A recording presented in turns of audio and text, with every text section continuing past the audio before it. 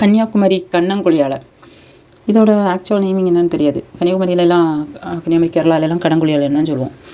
இந்த மீன் எப்படி வாஷ் பண்ணலான்னு சும்மா வாஷ் பண்ணுறது வீடியோ எடுத்தேன், அதை போஸ்ட் பண்ணேன். யாராவது மீன் கழுவ தெரியாதவங்க பார்த்தா, பேச்சுலர்ஸ் பார்த்தா, ஒரு ஸ்டார்டிங் மீன் கழுவ போகிறவங்க பார்த்தா யூஸ் ஆகும்.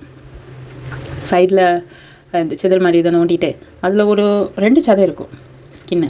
அதில் ஃபஸ்ட்டு தான் கொஞ்சம் நகை இருக்கணும் கையில், இல்லை ஒரு டைப்பாக உருவி எடுத்துடணும். அதுக்கு கீழே ஆக்சுவல் சதை இருக்கும், இப்படி வந்துடும். அதில் சின்ன சின்ன செதில் மாதிரி இருக்கும், அது உருவி எடுத்தால் தான் நல்லா இருக்கும். ஆனால் ஃப்ரை பண்ண அதை எடுக்க மாட்டாங்க.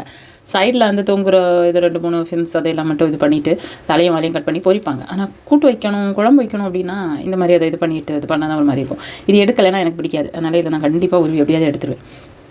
கொஞ்சம் தோல் பிஞ்சு வந்தாலும் பிரச்சனை இல்லை அப்படின்னு எடுத்துருவேன். அதுக்கப்புறமா அது முதுகு தண்டில் இருக்கிற இந்த இதையும் எடுத்துகிட்டு தலையை கட் பண்ணி எடுத்து வச்சுருவோம்.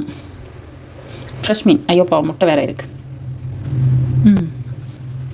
வாலையும் கட் பண்ணி எடுத்துகிட்டு ஒரு 3 இல்லை 4 கட் பண்ணி எடுக்கிறேன்.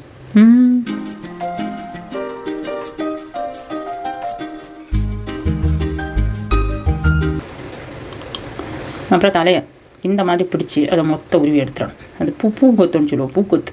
அதெல்லாம் எடுத்துகிட்டு கட் பண்ணலாம், இல்லை அப்படியே வச்சுருக்கலாம். நான் அதை வாய் பகுதியை கட் பண்ணி எடுத்துருவேன். எனக்கு தலையில் இவ்வளோ தான் பிடிக்கும். இதையும் வாஷ் பண்ணி எடுத்துட்டா கதை முடிஞ்சிடுச்சு. மீன் கழுவியாச்சு. அதே மாதிரி அடுத்த மீனை எடுத்துலாம். சைடை உருவி எடுத்துகிட்டு இந்த மாதிரி பண்ணிட்டு அது சொல்கிறதுக்கு கொஞ்சம் நேரம் ஆகும் எடுக்கிறதுக்கு. எடுக்க அழகாக இருக்கும். அதான்